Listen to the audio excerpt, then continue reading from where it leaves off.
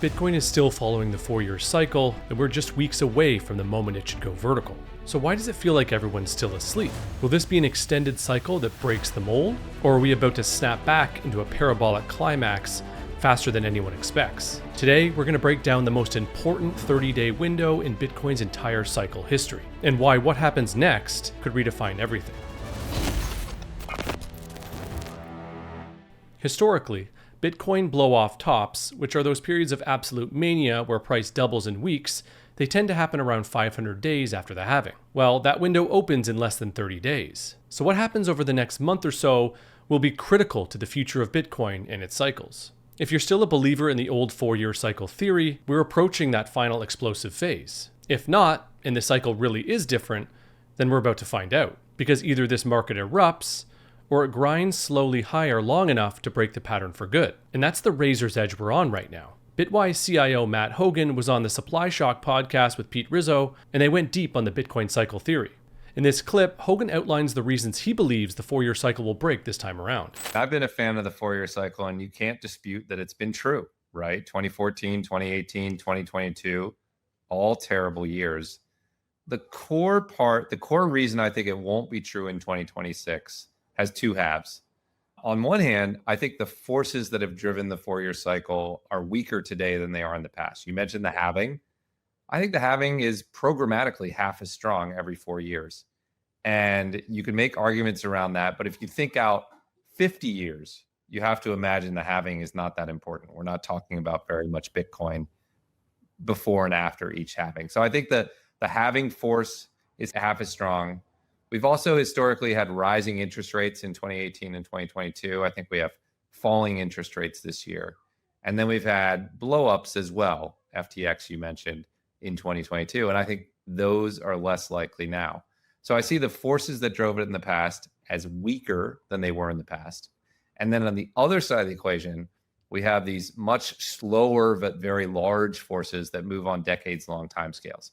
So the institutional adoption of crypto, which really kicked off with the Bitcoin ETF, started in 2024. I think that could run for 5 to 10 years of ever higher and higher flows. We have pro-crypto regulation. I think the impact of that will be felt over 5 or 10 years. So it's not that I don't think the forces that created the 4-year cycle in the past still exist. I think they do, but I think they're weaker. And now we have these 5 to 10 year forces that I think are stronger.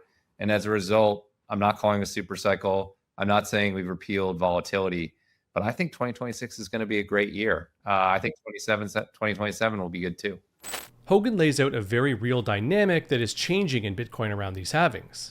The 4-year cycle, as we talk about it today, is measured from the halving that occurs every 4 years. And that's when the new Bitcoin supply being minted by miners is cut in half. That change in new supply is shrinking, not only in amount of Bitcoin, but also in its real or perceived effect on the supply and demand dynamics in the market.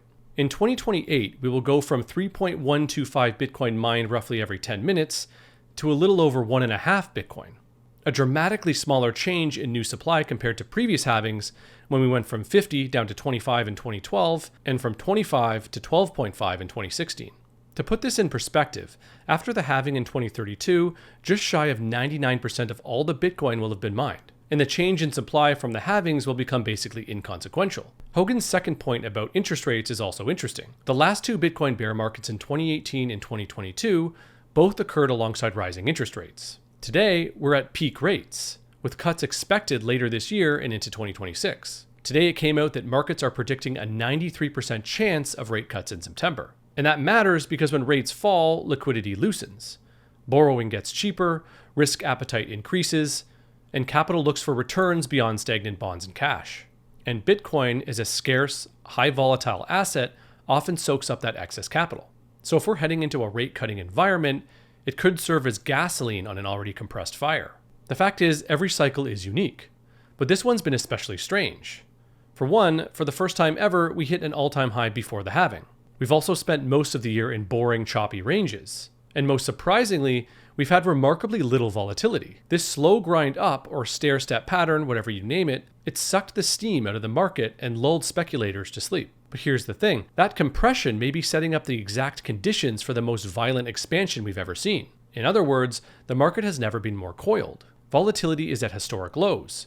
Liquidity is dry, and investors have grown dangerously used to slow motion price action. So what happens when that changes? Hougan also brought up another interesting point about why he believes large Bitcoin drawdowns of 70% may be in the past. I'd add one more thing that's been on my mind lately, which is, the Bitcoin obituaries chart? Oh yeah, well, yeah. Yeah. There's been few of those recently, right? Because most people now accept that Bitcoin is not going away. And one of the reasons I think we had these 70% pullbacks was there is not many value buyers of Bitcoin. It started to fall and everyone was like, oh, it's over. It's going to zero.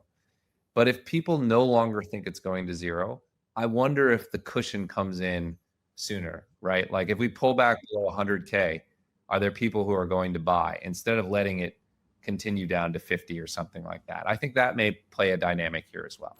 American HODL took this to the next level on Preston Pish's podcast, where he claimed mainstream belief that Bitcoin could hit $1 million per coin is becoming impossible to dismiss. Just take a step back here. Just pause for a second and think to yourself, the president of the United States believes that Bitcoin's $20 million. The Treasury Secretary believes that. Okay, Elon Musk, the richest man in the world, believes that and thinks fiat money is hopeless. We all believe that, right? Your friend who you met at the bar for drinks when Bitcoin crossed $100,000, he now believes that. Everyone believes, Wall Street believes, everyone believes, China believes it. Everyone believes it, okay? And the only logical thing to do when everybody believes in a big new idea, whether it's AI or the internet or Bitcoin, is to have a super massive .com style bubble about the whole thing. So I think that's what's going to happen. And I think it's going to take us to the $1 million range over the course of 3-4 years. When conviction becomes consensus, the conditions are ripe for a true mania phase, the kind that runs hotter and longer than most people can imagine. American HODL's thesis is a prolonged cycle that culminates in a massive .com style cycle top in the next few years and takes us towards $1 million per coin. But not everyone agrees with the .com comparison. I think the analogy I like to make is like the Facebook IPO, more so than the internet bubble, because the internet bubble is so charged with emotion. Like if it's 99, we're panicking. If it's 96, we're running into it. If it's 2002, we're buying Amazon stock.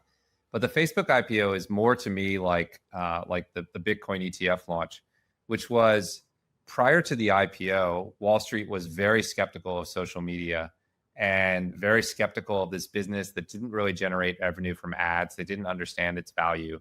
And it came to market and sort of went nowhere for a while. But it came to market at a $100 billion valuation. Today, it's 1.7 trillion. That's a 17x return over 13 years. That's not really bad. Is Facebook as exciting as it was when it was just on college campuses and you had to be in the know? Absolutely not. But did 90% of its value accrual take place after the IPO? Absolutely. So is Bitcoin as fun as it was when it was on message boards and P2P meetups to buy it? No. Is it as volatile? No. But is most of the value accrual still to come? I think that's the case. Could 90% of its value accrual still be to come? Absolutely. Could it 10x or 17x like Facebook did from here? Absolutely. So I think that Facebook IPO moment is akin to the Bitcoin ETF moment. And maybe that's the pattern we should expect, which is like something like a somewhat boring grind higher, but grind a lot higher. Right? Not like 100 to 200K. This is 100 to a lot. And I think that's the paradigm that my mind is in. And this is the tension. Is Bitcoin still capable of a final euphoric blow off top? Or has it matured into something more stable and slower, like Facebook after its IPO? The truth is, we may be entering a hybrid era, with a halving effect weakening, institutional flows steadily growing, and large buyers more programmatic and patient. We could be in for much more tame volatility in both directions. But that doesn't mean volatility is gone forever. In fact, many on-chain and structural metrics suggest it's more likely to return now than at any other point in the cycle. And as Checkmate reveals in his latest newsletter, we've seen record low volatility, compressed trading ranges, and a full reset of investor profit-taking behavior.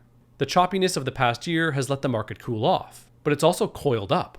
The market has been quietly building pressure with barely any steam released. Add to that the longest stretch of sideways action in years, and it's easy to imagine how even a small spark could ignite a large move. And another sign that the next move could be more explosive is that over $18 billion worth of Bitcoin short positions are at risk of liquidation if the price surpasses 125K. If we break that level, those shorts instantly turn into buyers, forced to purchase Bitcoin to close their losing bets.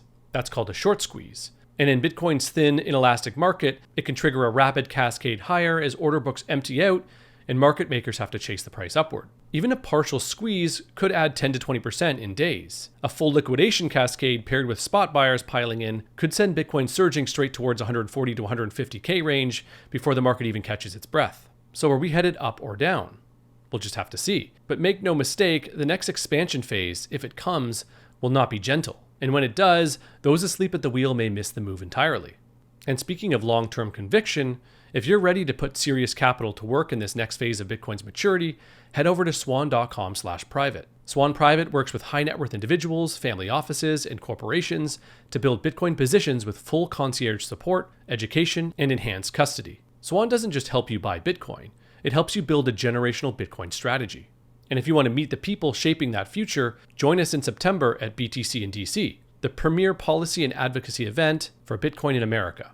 Meet with lawmakers, connect with industry leaders, and help push the next chapter of Bitcoin adoption forward at the historic Kennedy Center in Washington, D.C., September 30th to October 1st. Visit btcindc.com for more info and use promo code SWAN for 10% off tickets. And finally, a quick shout out to Mara, the world's largest publicly traded Bitcoin miner, for supporting this show and for helping make Bitcoin the world's most decentralized and secure monetary network.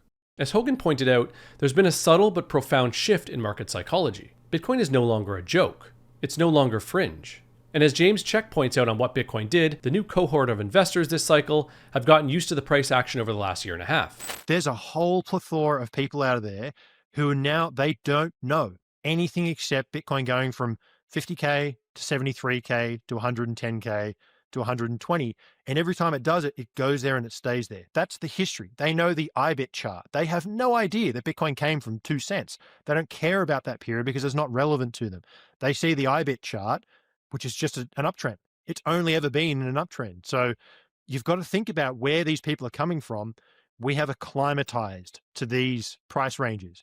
Like I have long since given up, 80% drawdown, to 30K? Good luck with that. Like it's just not happening. So I've given up on that idea. So I do think that is different. And actually, this is a bearish sign for all the other shit out there, all the altcoins, because people know that Bitcoin is the winning ticket. And I can only imagine how many shitcoiners are out there and they've got big bags of this stuff. They are looking for every exit pump they can because they know that everyone now knows you have to go back to Bitcoin. So the sell side actually is going to show up everywhere else because the rotation is towards Bitcoin. So that doesn't mean 70 to 80% drawdowns can't happen, but it means the dynamics have changed. This isn't the same market as it was in 2017 or even in 2021. The players are different, the liquidity is different, and the structural backdrop is more favorable than ever. So what's next? The next 30 to 60 days will likely tell us if the 4-year cycle is still intact, or if we're witnessing its death in real time. Either way, the setup is unmistakable. Bitcoin's volatility is compressed. Its supply is increasingly being locked away, and the demand from institutions, governments, and corporations is just beginning. If we go on a huge parabolic run in the coming weeks, don't be surprised. If instead we stair-step up and chop sideways once again, that might be the signal that this isn't just a longer cycle. It's a whole new era. But what do you think? Are we headed for a blow-off top? Or will we continue the slow and steady rise up longer? Will the 4-year cycle finally break? Or will we just see it extended into the next year? Drop your thoughts in the comments, like this video, share it with someone new, and subscribe to the channel so you don't miss the next episode. Thanks for watching, and remember, TikTok next block.